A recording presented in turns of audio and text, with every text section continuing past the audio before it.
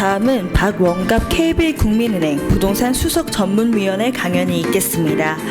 강연 내용은 부동산 전망과 투자 전략입니다. 부동산 취득과 거래에 있어서 매수 타이밍을 잡는 게 가장 중요합니다.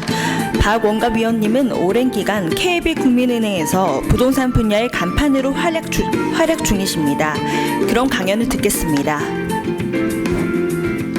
네, 반갑습니다. 더 뒤쪽에 잘 들리세요? 예, 잘 들리시죠? 강의 듣는다고 내 인생이 달라질까요? 전혀 안 달라집니다. 어떻게 하면 이제 인사이트를 좀 가져가 볼까? 여기에 대해서 제가 몇 가지 말씀을 좀 드리고자 하는데요.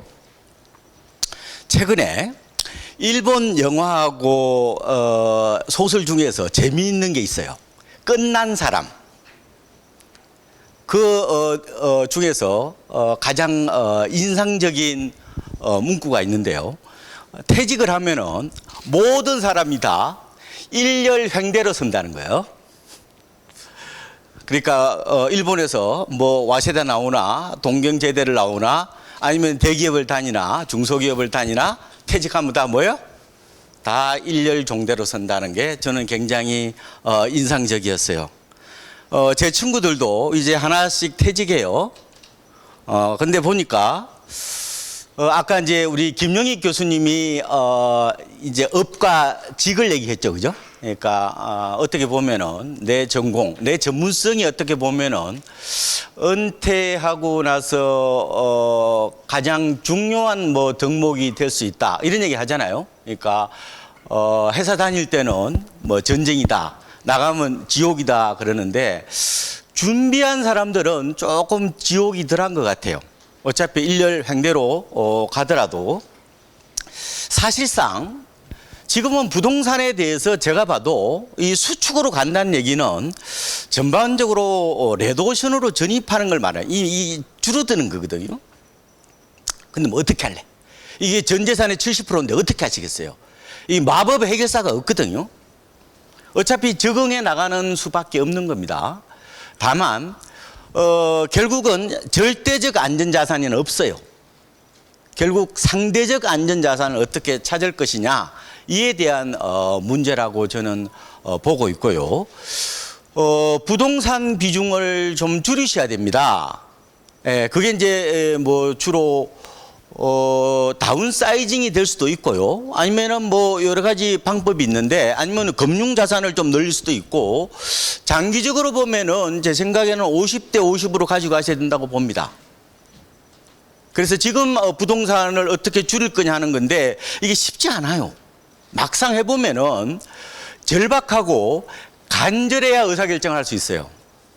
대부분이 생각하고 그거를 실행으로 못 하십니다. 실행을 하시려면은 어느 정도가 돼야 되냐면요. 오늘 댁에 가셔가지고 망치로요 내 팔뚝을 부러뜨릴 정도의 간절함과 절실함이 없으면은 대부분 못 하세요. 대부분이 뭐 생각하다가 간도요. 어떻게 하실 거냐?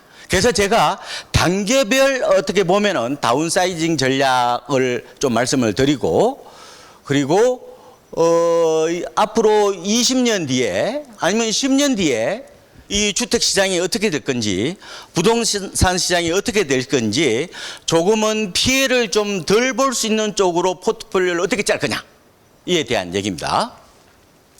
제가 이 말씀부터 하나 드려볼게요. 제가 이 마포에 살고 있는데요. 어느 날 제가 퇴근하는 날이었어요.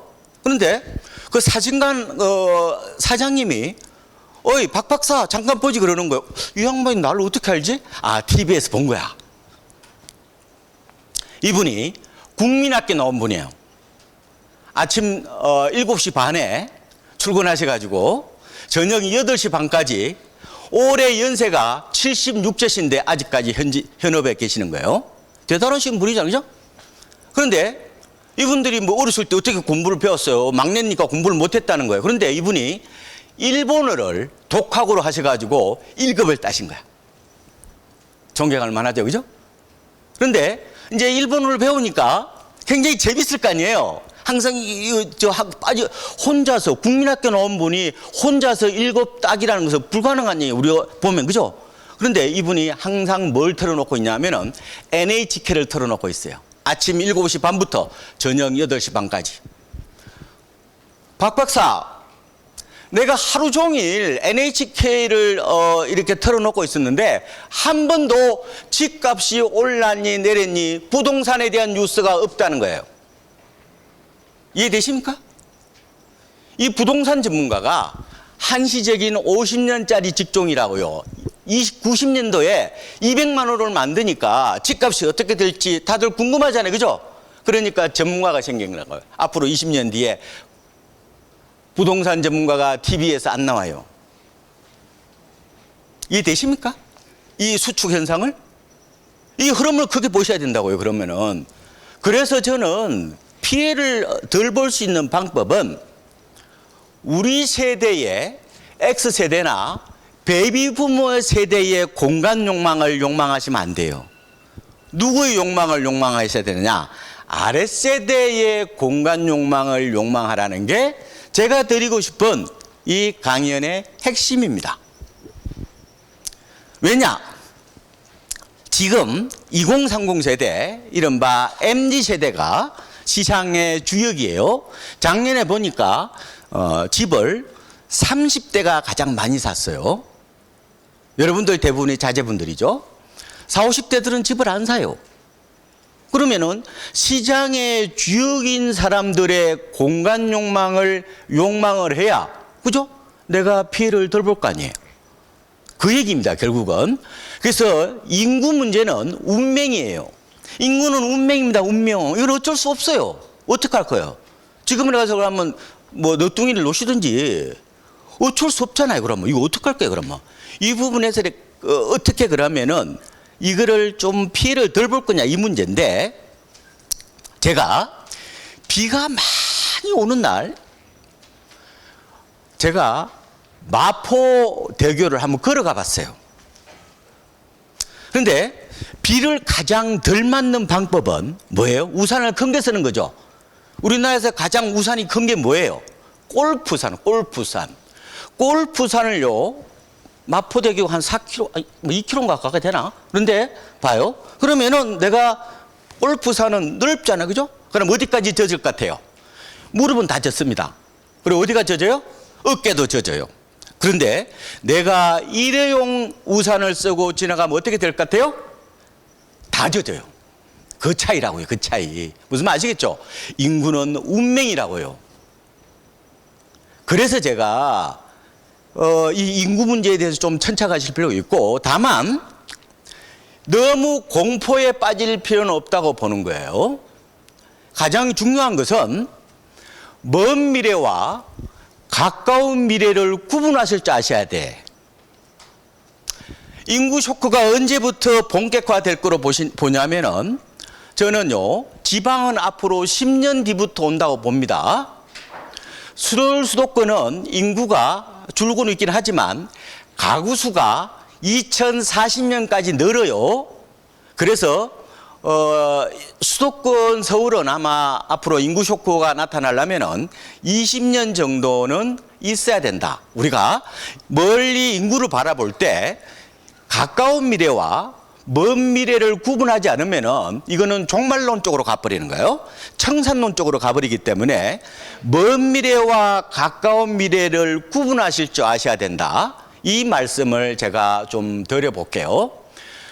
인구는 먼 미래를 보는 망원경입니다. 이 망원경을 돋보기로 쓰시면 안 돼요. 앞으로 어떻게 보면은 10년, 20년 동안 우리 삶은 없어요? 중요한 삶이잖아요. 이 과정을 무시해버리고 너무 극단적인 공포론 쪽으로 빠지는 것도 현명하지 않다, 이런 말씀을 제가 드릴게요. 그래서 사실상 강의 듣는다고 별로 도움이 안 된다고 그랬잖아요. 예, 제 강의 듣고 부자 된 사람이 없어요. 걱정 안 하셔도 돼. 예? 전혀 걱정 안 하셨대요. 예? 주변에 부자가 별로 없어요. 제가 카페 중에서 좋은 카페가 하나 있는데,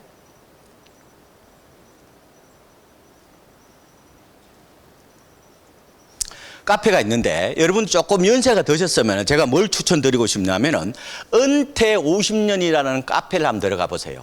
거기에 30대 후반부터 올라와서 노후 설계를 어떻게 포트폴리오를 짜는지 나옵니다. 재밌는 것은 어느 누구도 나이 들어서 원룸 주택 사겠다는 사람이 없어요. 요새 세상은. 이해되십니까? 원룸 주택을 사서 노후 준비를 하는 것은 10년 전 버전이라고요. 지금은 안 합니다. 상가 사서 월세 받으시겠다고요? 그것도 10년 전 버전이에요.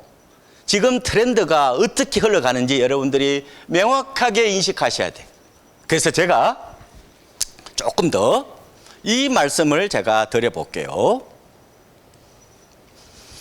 지금 인구 쇼크가 저 멀리서 이 태풍처럼 몰려오고 있는 거예요. 다만 그게 서울 수도권은 20년 뒤라고 말씀을 드렸죠. 여러분, 일본에 대해서 어느 정도 연구하셨어요? 일본요, 빈집 많다는 얘기 들으셨죠? 일본이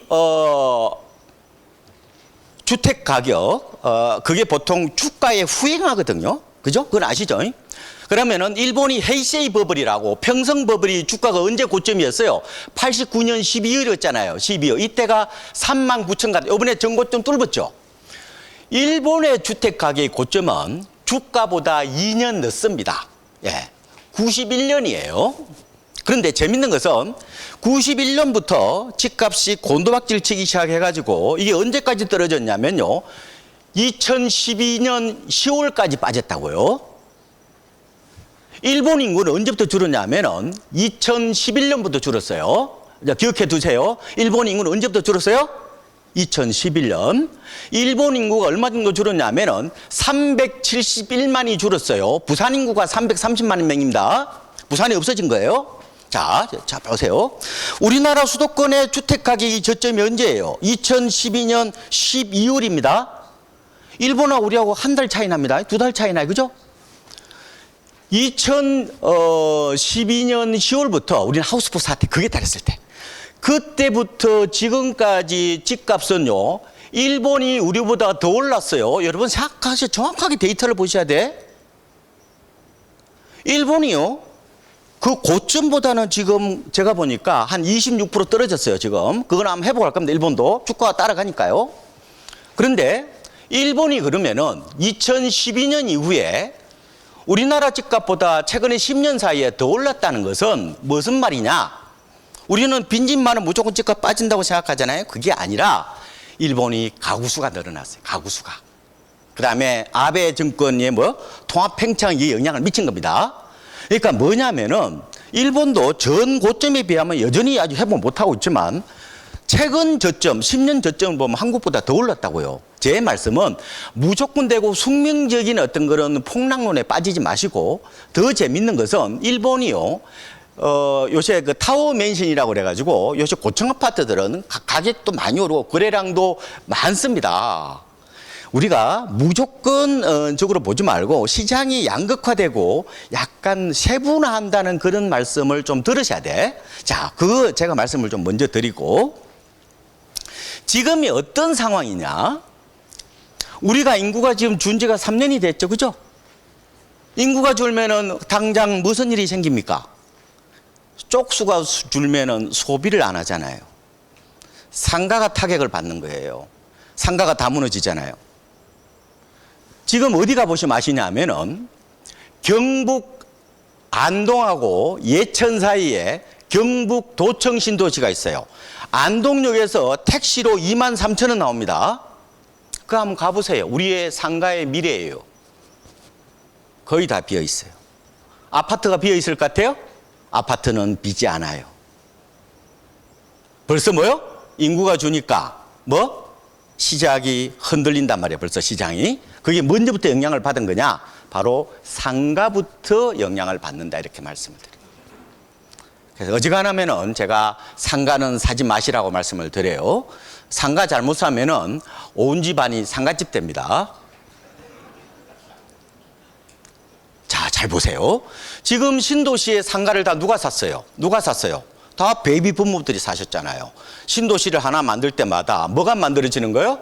베이비 부모의 노후의 무덤이 만들어지는 거잖아요. 왜 그럴까? 제가 요것만 말씀드려도 여러분들이 충분히 아마 이해하실 거예요. 가장 큰 문제가 소비의 디지털화 현상입니다. 쿠팡에 이어서 뭐예요? 요새 뭡니까? 알리하고 테무가 시장을 공략하고 있죠.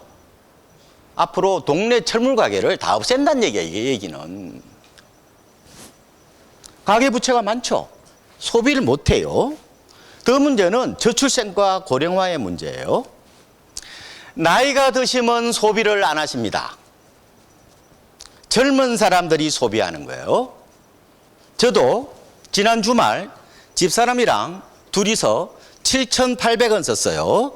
우리 두 아들이 18만 2천 원 썼습니다. 애들이 소비하는 거예요. 왜 나이 들면 소비를 안 할까? 제가 멋있는 말을 만들어 왔습니다. 나이가 들면 돈은 많아도 몸은 가난을 기억한다. 삶의 역치값이 낮아요. 삶의 만족도 기준치가 낮다고요. 어렸을 때 못 먹고 자란 사람은 겁이 나서 소비를 못해요. 소비 자체를 저의식화합니다. 제가 마찬가지죠. 저도 지리산 산골짜기에 태어나가지고 어렸을 때 중학교에 학교 갈 때 따뜻한 물이 없어가지고 가마솥에 물 그 동생이 다 써가지고 찬물로 머리 한번 감아봤어요? 지금 뭐예요? 아파트에 전부 다 따뜻한 물 나오잖아요. 저는 아무런 기대가 없어요. 기대치가 낮아요. 행복의 가장 큰 출발은 기대치가 낮아야 돼요. 젊은 애들이 왜요? SNS 보고 전부 다 기대치가 높아지니까 뭐예요? 삶이 행복하지가 않죠. 같은 걸 가지더라도 나이 든 사람이 훨씬 행복합니다. 이유를 아시겠죠? 마찬가지예요. 젊은 사람은 돈이 없어도 몸이 풍요를 기억합니다. 그렇죠? 그래서 뭐냐 하면은 요 사이에 어떤 그런 우울증이라든지 그다음에 상대적 박탈감 그런 것들이 다 결국은 SNS 때문에 그런 겁니다. 삶의 기대치가 갑자기 높아졌다는 거예요. 실제로 보면은 요번에 요새 베스트셀러 중에서 모건 하우젤이라는 그분이 책 요번에 보면은 요새 뭐더라고 그게 보니까 그 책 요새 베스트 2위던데 그 책을 보시면은 이런 얘기를 합니다. 미국도요 1950년대가 가장 행복했다는 거야. 왜냐? 그때는요 이런 지금처럼 좋은 진통제나 에어컨이 없더라도 주변 사람 다 비슷하게 살았잖아요. 저 사람 못 살아 나도 그래.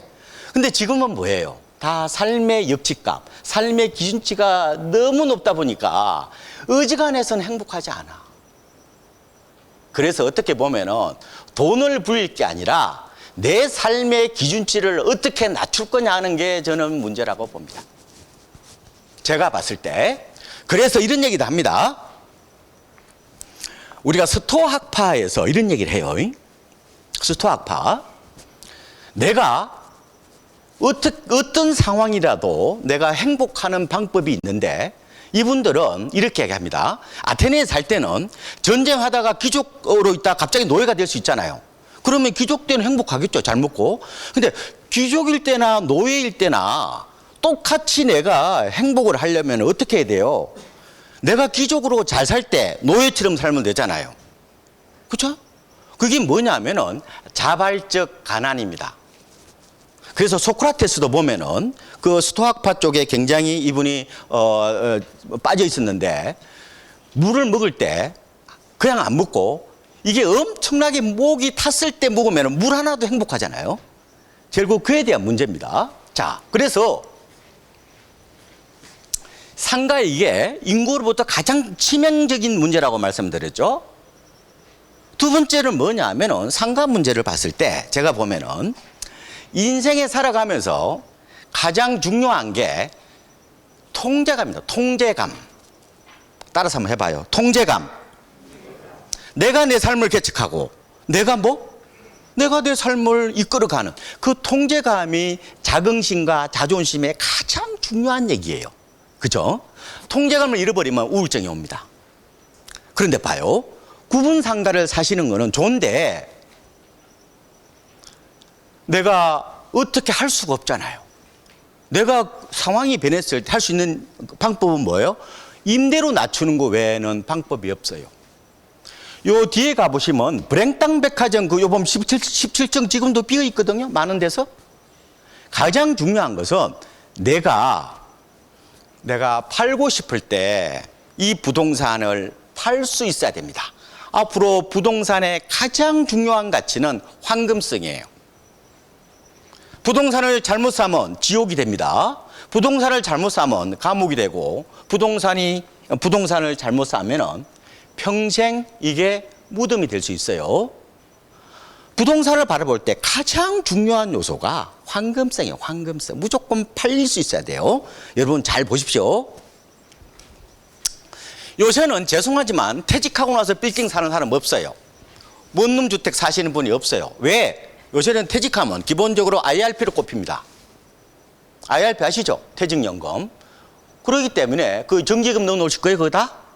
기본적으로 요새는 금융을 공부하셔야 돼요. 그 정기금 다 넣으시겠다고요? 대부분이 퇴직하면 대기업 다니시는 분들은 적어도 퇴직금이 1억에서 2억은 돼요. 어떻게 관리하실 거예요? 어떻게 그걸 운용하실 건데? 기본적으로 공부는 하셔야 돼. 뭐 공부? 금융 공부. 부동산 공부할 시간에 금융 공부를 하셔야 돼요. 저는 그렇게 봅니다. 부동산은 앞으로 레도션으로 빠지기 때문에 지금은 오히려 원화벌이보다 외화벌이에 좀 더 초점을 맞추셔야 돼요.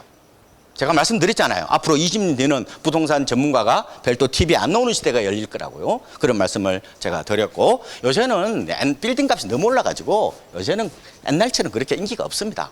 물론 기업 운영하시는 분들은 많이 사시죠. 개인은 빌딩을 가격이 너무 올라가지고 그리고 대출 이자 내고 나면은 다 역마진이에요. 그러니까 지금은 그렇게 메리트가 없다고 보시면 될 것 같고, 오피스텔도 뭐 그렇게까지 요새 인기 없죠. 자, 제가 이걸 하나 더 말씀드릴게.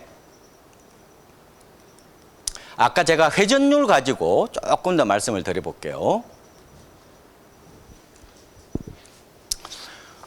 최근에 두드러진 주택시장의 특징이 뭐냐 하면은 거래 회전율이 뚝뚝뚝 떨어진다는 거예요.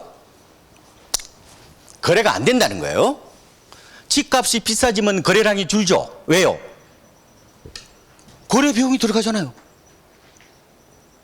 가령 20억짜리 하나 사면 얼마예요? 취득세면 얼마예요? 그거 3% 잡으면 그금에도 얼마 정도예요? 그거 이것저것 다 치면 1억 들어가는 거예요. 금액이 비싸면 거래량이 줍니다. 근데 그게 중요한 게 아니라 우리가 뭐요? 이미 저성장 국민으로 접어들었다는 말이에요. 거래가 없다니까 이제. 잘 보세요. 우리가 이거는 R114 자료예요. 보면은 2006년도부터 작년까지 전국의 아파트 거래 회전율이 6.7%입니다. 그럼 뭐예요? 100채 중에서 몇 채 팔렸다는 거예요? 6채. 1년 동안에. 우리나라의 아파트 재고량이 한 1200만 채 정도가 됩니다. 그런데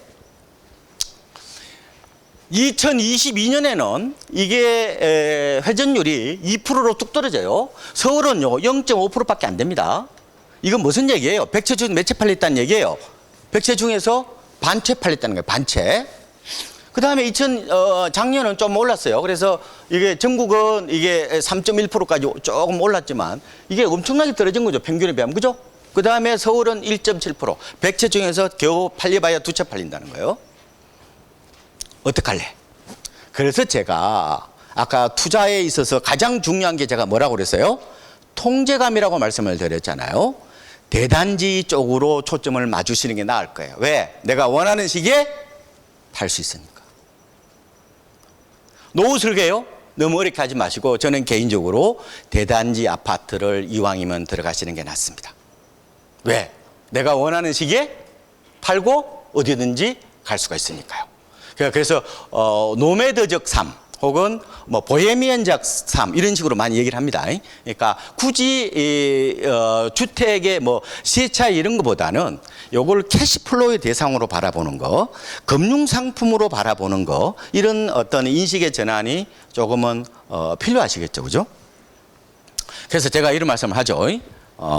아파트를 사더라도 택시 운전사 아저씨가 아는 아파트를 사는 게 좀 나을 거다고, 그죠? 네, 그게 대단지를 말하는 거거든요.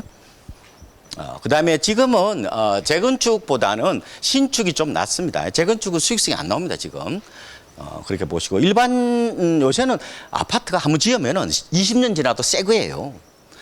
잠실에 가보면은 엘리트라고 아세요? 있잖아요. 엘스, 리센처, 뭐 트리움 있잖아요. 예. 그런데 거기 가보면은 엘스 아파트가 16년 됐거든요. 제가 거기서 전세를 한번 살았었는데 지금도 새 집이에요. 가보면 별로 안 차이 나요. 그러니까 새 집 사서 어쨌든 월세를 받는다는 생각은 좋은 것 같다. 아까 말씀드린 것처럼 아파트는 현금 흐름이 발생하는 금융 상품이 되어야 된다. 생각을 좀 바꿔보시는 걸 추천드리고요. 그 다음에 어디 가서 사시든지 관계없어요.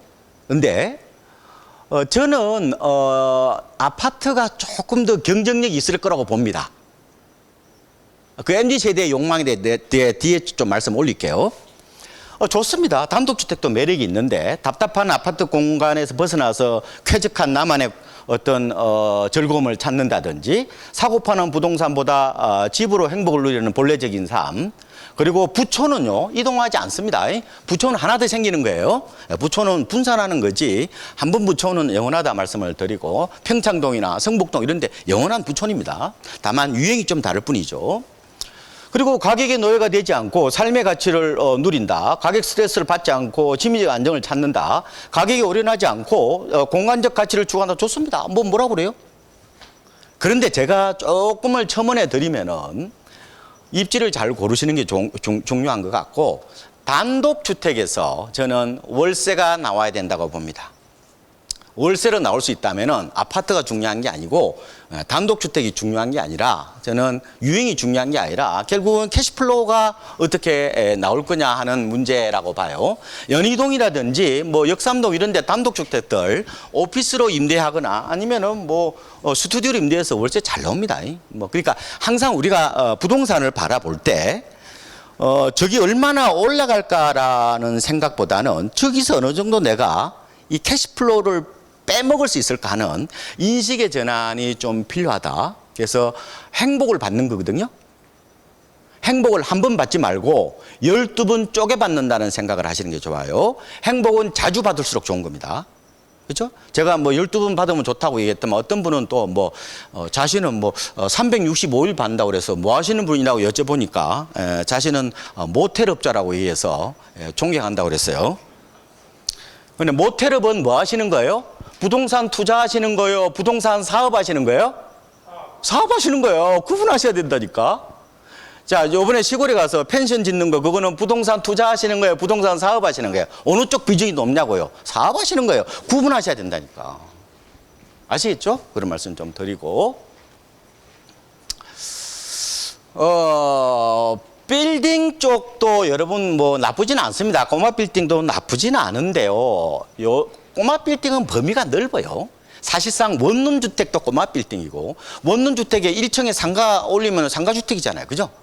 따로 구분이 없습니다. 사실상. 그러니까 통건물이라고 보시면 돼요. 통건물이라고 보시면 되는데 가격이 너무 올라가지고 개인이 퇴직해서 사기는 좀 어렵습니다.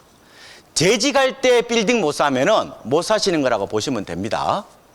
그리고 싼 거 사봐야 나중에 다 공실이 날 수 있기 때문에 뭐 그런 거는 좀 조심하고 물건을 좀 많이 보시라는 말씀을 제가 좀 드릴게요. 그냥 이게 생각보다 물건 사기가 어렵습니다. 물건을 100개 이상 보셔야 돼요. 쉽게 의사결정 못 합니다. 자, 제가 아까 이런 말씀을 드렸잖아요. 부제가 제가 MZ세대의 공간 욕망이 부동산의 미래다. 이런 말씀을 제가 드렸는데 75년도에 나온 이 바보들의 행진이라는 영화가 있어요. 여러분 아마 보셨을 거야. 조금 연세 되시는 우리 선배님들은. 그런데 75년도에 바보들의 행진 그 무대가 프레시맨이에요. 그러니까 대학 막 들어간 애들. 75년도에 대학교 1학년이면은 올해 연세가 얼마 정도 됐을 것 같아요? 올해 70 정도 되셨죠. 그때 영화입니다. 거기에 병철이하고 보면은 영철이하고 병태가 나와요. 영철이가 미팅 가서 이런 얘기를 합니다. 그 아가씨가 물어봐요. 이건 대학 여대생이 물어봅니다. 돈 있으면 뭐 할 거야? 라고 물어봐요. 그러면 이 영철이가 이런 얘기 합니다. 나는 돈이 있으면은 빨간 지붕이 있는 양옥집을 살 거야. 그런 얘기를 합니다. 그때 당시에는 아파트가 없었어요. 전국적으로 10만 가구밖에 안 됐죠. 제가 조사해 보니까. 그리고 2층 양옥집이 중산층의 상징이었어요. 그렇죠?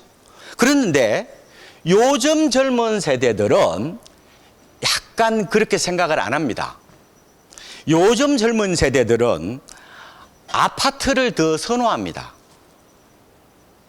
요새 30대 젊은이들, 신혼부부들의 성지가 어디예요? 서울에서 신혼부부 하면 어디가 살라고 그래요?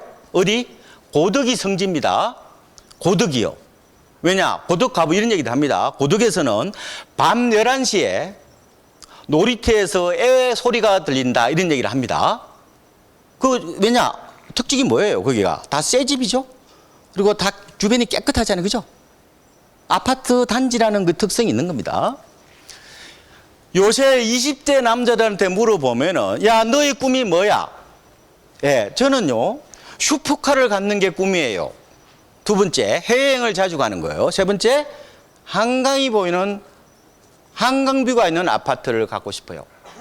이 애들이 요새 꿈입니다. 여러분 슈퍼카는 철없다고 생각하시죠? 저도 그렇게 생각하는데 20대들은 그렇게 생각 안 합니다. 뭐라 그럴까? 나만의 독립전 럭셔리 홈이라고 그럽니다. 이 모바일 홈이라고 그러거든요. 움직이는 집 같은 거예요. 이게 나만의 공간, 좀 약간 호화스러운 공간이라고 이 럭셔리 카를 슈퍼카라고 생각합니다. 확실히 우리하고 다르죠. 그래서 요새 30대 남자들 보면은 결혼하잖아요. 그럼 집에 가서 이 게임하면은 부부싸움 하잖아. 그래서 어떻게 하냐면은 퇴근하고 나서 지하 주차장에서 1시간 게임하고 올라갑니다. 에? 무슨 말 아시겠죠? 요새 코인한 애들 이런 얘기를 합니다. 망하면은 한강물 빠지겠다는 거죠. 성공하면 한강뷰. 얘들 꿈은 뭐예요? 아파트를 갖는 거예요. 꿈이 다릅니다. 그래서 아까 제가 이런 말씀을 드렸는데 일본의 MZ세대들의 주거 로망은 타워 맨션이라고 그래가지고 20층 이상의 고층 아파트를 말하는 거예요. 제가 일본을 조사를 해보니까 일본이요 주택이 한 3,500만 채 정도가 되는데 타워 맨션 그러니까 20층 이상의 고층 아파트는 한 1,400채밖에 안 돼요. 재밌는 것은 일본에 타워 맨션에 산다고 그러면은 선짜리가요 줄 서요.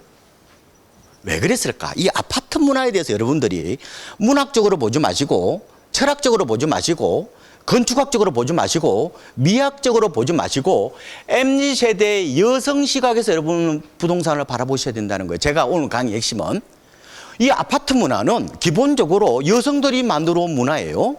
약간 페미니즘적 공간입니다. 남성들은 약간 불행의 공간이에요. 집에 가서 담배를 필 수 있나 뭐 할 수 있나. 그래서 답답하잖아요. 집에 오면 뭘 하십니까 주로? TV 켜가지고 나는 자연인이다 그 프로 보시잖아. 할 일이 없어요. 할 일이. 그러니까 옛날에는 사랑채가 있었지만 지금 거실로 바뀌었잖아요. 소파에 누워있으면은 집사람이 발로 차요. 딴 데가 누워있으라고. 할 일이 나는 자연인이 있다. 아니면 정거리 법칙 이런 거 볼 수밖에 없잖아요. 기본적으로 남자들은 아파트는 불행의 공간이에요. 여성들은 행복의 공간이고. 이 문화가 안 바뀐단 말이에요. 이 문화가. 왜? 맞벌이 때문에. 그래서 보통 아파트는 이런 얘기 하잖아요. 복부인은 있어도 복장군은 없더라. 그래서 이 부동산은 대부분이 여성하고 맞물려 있는 문화라고 특히 우리나라 아파트 문화는 안 바뀝니다. 이 추세는 안 바뀐다고요. 지금 일본도 그렇고 중국보다 더 심합니다. 동아시아의 특징은 주택이 위로 올라가는 거예요. 이게 특징이 그렇게 보시면 될 것 같고 제가 여러분한테 의사결정 아마 주거 다운사이징 하시기가 쉽지 않을 겁니다. 근데 제가 꼭 드리고 싶은 말씀은 다운사이징을 하실 때 의사결정을 집사람이 7대 3으로 맞습니다. 누가 7이라고요? 집사람이 7입니다. 그런데 이분들은 이렇게 얘기합니다. 아테네에 살 때는 전쟁하다가 귀족으로 있다 갑자기 노예가 될 수 있잖아요. 그러면 귀족 때는 행복하겠죠. 잘 먹고. 근데 귀족일 때나 노예일 때나 똑같이 내가 행복을 하려면 어떻게 해야 돼요? 내가 기적으로 잘 살 때 노예처럼 살면 되잖아요. 그렇죠? 그게 뭐냐면은 자발적 가난입니다. 그래서 소크라테스도 보면은 그 스토아파 쪽에 굉장히 이분이 빠져 있었는데 물을 먹을 때 그냥 안 먹고 이게 엄청나게 목이 탔을 때 먹으면 물 하나도 행복하잖아요. 결국 그에 대한 문제입니다. 자, 그래서 상가 이게 인구로부터 가장 치명적인 문제라고 말씀드렸죠. 두 번째는 뭐냐 하면은 상가 문제를 봤을 때 제가 보면은 인생에 살아가면서 가장 중요한 게 통제감입니다. 통제감. 따라서 한번 해봐요. 통제감. 내가 내 삶을 개척하고 내가 내 삶을 이끌어가는 그 통제감이 자긍심과 자존심의 가장 중요한 얘기예요. 그죠? 통제감을 잃어버리면 우울증이 옵니다.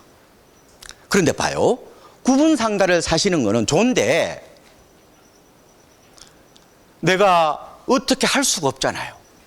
내가 상황이 변했을 때 할 수 있는 방법은 뭐예요?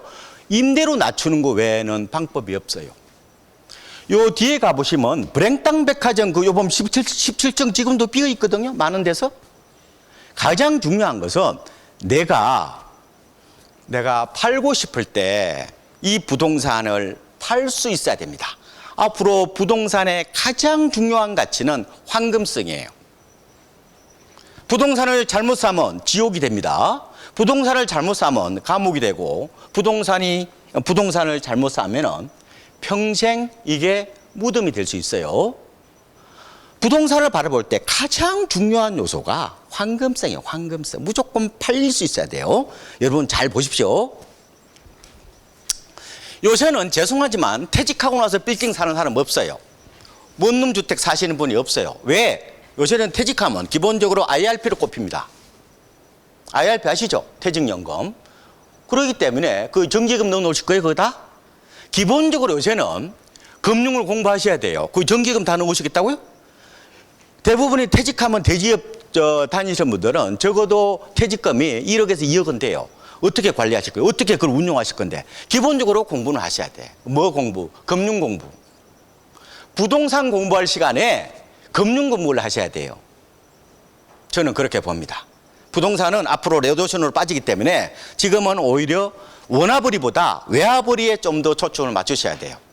제가 말씀드렸잖아요. 앞으로 20년 뒤는 부동산 전문가가 별도 TV에 안 나오는 시대가 열릴 거라고요. 그런 말씀을 제가 드렸고, 요새는 빌딩 값이 너무 올라가지고 요새는 옛날처럼 그렇게 인기가 없습니다. 물론 기업 운용하시는 분들은 많이 사시죠. 개인은 빌딩을 가격이 너무 올라가지고 그리고 대출 이자 내고 나면은 다 역마진이에요. 그러니까 지금은 그렇게 메리트가 없다고 보시면 될 것 같고, 오피스텔도 뭐 그렇게까지 요새 인기 없죠. 자, 제가 이걸 하나 더 말씀드릴게. 아까 제가 회전율 가지고 조금 더 말씀을 드려볼게요. 최근에 두드러진 주택시장의 특징이 뭐냐면은 거래 회전율이 뚝뚝뚝 떨어진다는 거예요. 거래가 안 된다는 거예요. 집값이 비싸지면 거래량이 줄죠. 왜요? 거래 비용이 들어가잖아요. 가령 20억짜리 하나 사면 얼마예요? 취득세면 얼마예요? 그거 3% 잡으면 그거에도 얼마 정도예요? 그거 이것저것 다 치면 1억 들어가는 거예요. 금액이 비싸면 거래량이 줍니다. 근데 그게 중요한 게 아니라 우리가 뭐요? 이미 저성장 국민으로 접어들었다는 말이에요. 거래가 없다니까 이제. 잘 보세요. 우리가 이거는 R114 자료예요. 보면은 2006년도부터 작년까지 전국의 아파트 거래 회전율이 6.7%입니다. 그럼 뭐예요? 100채 중에서 몇 채 팔렸다는 거예요? 6채. 1년 동안에. 우리나라의 아파트 재고량이 한 1200만 채 정도가 됩니다. 그런데 2022년에는 이게 회전율이 2%로 뚝 떨어져요. 서울은요 0.5%밖에 안 됩니다. 이건 무슨 얘기예요? 100채 중에 몇 채 팔렸다는 얘기예요? 100채 중에서 반 채 팔렸다는 거예요. 반 채. 그 다음에 작년은 좀 올랐어요. 그래서 이게 전국은 이게 3.1%까지 조금 올랐지만 이게 엄청나게 떨어진 거죠. 평균에 비하면. 그죠? 그 다음에 서울은 1.7%. 100채 중에서 겨우 팔려봐야 2채 팔린다는 거예요. 어떡할래? 그래서 제가 아까 투자에 있어서 가장 중요한 게 제가 뭐라고 그랬어요? 통제감이라고 말씀을 드렸잖아요. 대단지 쪽으로 초점을 맞추시는 게 나을 거예요. 왜? 내가 원하는 시기에 팔 수 있으니까. 노후 설계요? 너무 어렵게 하지 마시고 저는 개인적으로 대단지 아파트를 이왕이면 들어가시는 게 낫습니다. 왜? 내가 원하는 시기에 팔고 어디든지 갈 수가 있으니까요. 그래서 노매드적 삶 혹은 뭐 보헤미안적 삶 이런 식으로 많이 얘기를 합니다. 그러니까 굳이 주택의 뭐 시차 이런 것보다는 요걸 캐시플로우의 대상으로 바라보는 거, 금융 상품으로 바라보는 거 이런 어떤 인식의 전환이 조금은 필요하시겠죠, 그죠? 그래서 제가 이런 말씀을 하죠. 아파트를 사더라도 택시 운전사 아저씨가 아는 아파트를 사는 게 좀 나을 거다고, 그죠? 그게 대단지를 말하는 거거든요. 그 다음에 지금은 재건축보다는 신축이 좀 낫습니다. 재건축은 수익성이 안 나옵니다, 지금. 그렇게 보시고. 일반, 요새는 아파트가 한번 지으면은 20년 지나도 새 거예요. 잠실에 가보면은 엘리트라고 아세요? 있잖아요. 엘스, 리센처, 뭐 트리움 있잖아요. 그런데 거기 가보면은 엘스 아파트가 16년 됐거든요. 제가 거기서 전세를 한번 살았었는데 지금도 새 집이에요. 가보면 별로 안 차이 나요. 그러니까 새 집 사서 어쨌든 월세를 받는다는 생각은 좋은 것 같다. 아까 말씀드린 것처럼 아파트는 현금 흐름이 발생하는 금융 상품이 되어야 된다. 생각을 좀 바꿔보시는 걸 추천드리고요. 그 다음에 어디 가서 사시든지 관계없어요. 근데 저는 아파트가 조금 더 경쟁력이 있을 거라고 봅니다. 그 MZ세대의 욕망에 대해 뒤에 좀 말씀 올릴게요. 좋습니다. 단독주택도 매력이 있는데 답답한 아파트 공간에서 벗어나서 쾌적한 나만의 어떤 즐거움을 찾는다든지 사고파는 부동산보다 집으로 행복을 누리는 본래적인 삶. 그리고 부촌은요 이동하지 않습니다. 부촌은 하나 더 생기는 거예요. 부촌은 분산하는 거지 한 번 부촌은 영원하다 말씀을 드리고 평창동이나 성북동 이런 데 영원한 부촌입니다. 다만 유형이 좀 다를 뿐이죠. 그리고 가격의 노예가 되지 않고 삶의 가치를 누린다. 가격 스트레스를 받지 않고 심리적 안정을 찾는다. 가격이 오련하지 않고 공간적 가치를 추구한다. 좋습니다. 뭐라고 그래요? 그런데 제가 조금을 첨언해 드리면은 입지를 잘 고르시는 게 중요한 것 같고 단독주택에서 저는 월세가 나와야 된다고 봅니다. 월세로 나올 수 있다면 아파트가 중요한 게 아니고 단독주택이 중요한 게 아니라 저는 유형이 중요한 게 아니라 결국은 캐시플로우가 어떻게 나올 거냐 하는 문제라고 봐요. 연희동이라든지 뭐 역삼동 이런 데 단독주택들 오피스로 임대하거나 아니면은 뭐 스튜디오로 임대해서 월세 잘 나옵니다. 뭐 그러니까 항상 우리가 부동산을 바라볼 때 저기 얼마나 올라갈까라는 생각보다는 저기서 어느 정도 내가 이 캐시플로우를 빼먹을 수 있을까 하는 인식의 전환이 좀 필요하다. 그래서 행복을 받는 거거든요. 행복을 한 번 받지 말고 12번 쪼개 받는다는 생각을 하시는 게 좋아요. 행복은 자주 받을수록 좋은 겁니다. 그렇죠? 제가 뭐 12번 받으면 좋다고 얘기했더만 어떤 분은 또 뭐 자신은 뭐 365일 받는다고 그래서 뭐 하시는 분이라고 여쭤보니까 자신은 모텔업자라고 얘기해서 존경한다고 그랬어요. 근데 모텔업은 뭐 하시는 거예요? 부동산 투자하시는 거예요? 부동산 사업하시는 거예요? 사업하시는 거예요. 구분하셔야 된다니까. 자, 요번에 시골에 가서 펜션 짓는 거 그거는 부동산 투자하시는 거예요? 부동산 사업하시는 거예요? 어느 쪽 비중이 높냐고요? 사업하시는 거예요. 구분하셔야 된다니까. 아시겠죠? 그런 말씀 좀 드리고 빌딩 쪽도 여러분 뭐 나쁘지는 않습니다. 꼬마 빌딩도 나쁘지는 않은데요. 요 꼬마 빌딩은 범위가 넓어요. 사실상 원룸주택도 꼬마 빌딩이고 원룸주택에 1층에 상가 올리면 상가주택이잖아요. 그죠? 뭐 따로 구분이 없습니다. 사실상. 그러니까 통건물이라고 보시면 돼요. 통건물이라고 보시면 되는데 가격이 너무 올라가지고 개인이 퇴직해서 사기는 좀 어렵습니다.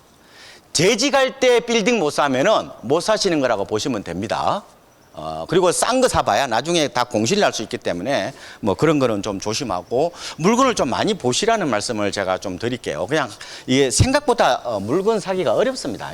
물건을 100개 이상 보셔야 돼요. 쉽게 의사결정 못 합니다. 자, 제가 로드맵을 짜셔야 된다니까. 내가 그게 5년짜리든 10년짜리든 로드맵을 짜셔야 돼요. 오늘 가셔가지고 뭘 팔고 뭘 살 건지 내 인생의 투자 로드맵을 하나 짜보십시오. 투자는 평생 해야 되는 거예요. 그래서 지금은 명심보감이 아니라 재무보감 사회라고 되기도 합니다. 그래서 제가 그런데 큰 전체적인 흐름은 금융자산을 늘리고 부동산 자산을 줄이셔야 된다는 거예요. 좋은 거 알짜 중심만 설계하시는 게 좋을 것 같고 대부분 우리나라 아파트 사시죠. 64%가 아파트니까 그 아파트가 어떻게 보면은 월세가 잘 나와야 된다는 거예요. 한 2.5% 정도 나옵니다. 우리나라가. 일본이 한 3% 정도 나오더라고요.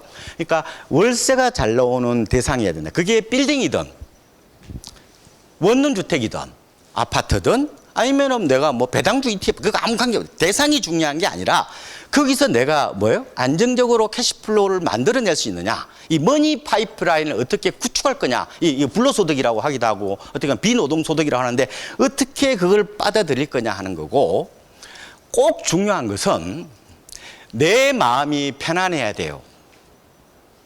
내가 어떤 투자를 하든 사람마다 스타일이 다 다르거든요. 그러니까 다 달라요. 그러니까 가장 중요한 것은 내 마음이 편안한 쪽으로 포트폴리오를 짜십시오. 수익이 중요한 게 아니라 내 편안해야 돼요. 그래서 항상 내가 딱 짜보면은 이렇게 밤잠을 설치지 않을 정도로 이렇게 내가 마음에 드는 그런 포트폴리오가 있을 겁니다. 그래서 그러려면 좀 여행 연습을 하셔야 돼. 공부 좀 하시죠. 저는 개인적으로 앞으로 제가 부동산 전문가가 앞으로 20년 뒤에 TV 안 나올 거라고 그랬잖아요. 제가 드리고 싶은 말씀은 항상 나만의 어떤 그런 방법인데 이걸 이렇게 얘기합니다. 우리가 최상이요 반드시 최적은 아니에요. 그죠? 최적이 더 맞을 수 있어요. 그죠? 무조건 남 따라할 수 없잖아요. 1안, 2안, 3안 여러 안이 있는데 항상 최적, 내가 마음이 편안하고 그죠? 그 다음에 거기서 캐시플로우가 잘 나올 쪽으로 내가 포트폴리오를 짜줘야 된다. 반드시 부동산과 금융을 구분하지 마라. 다만 부동산 비중을 좀 줄여야 되는 걸 아실 거고. 그래서 대상이 중요한 게 아니라 내 마음이 편안해야 되고 캐시플로우를 많이 확보해야 된다. 그런 시각에서 좀 보시는 것도 좋을 것 같습니다. 예, 요거로 마무리하겠습니다. 고맙습니다. 네, 박원갑 위원님 좋은 말씀 감사합니다.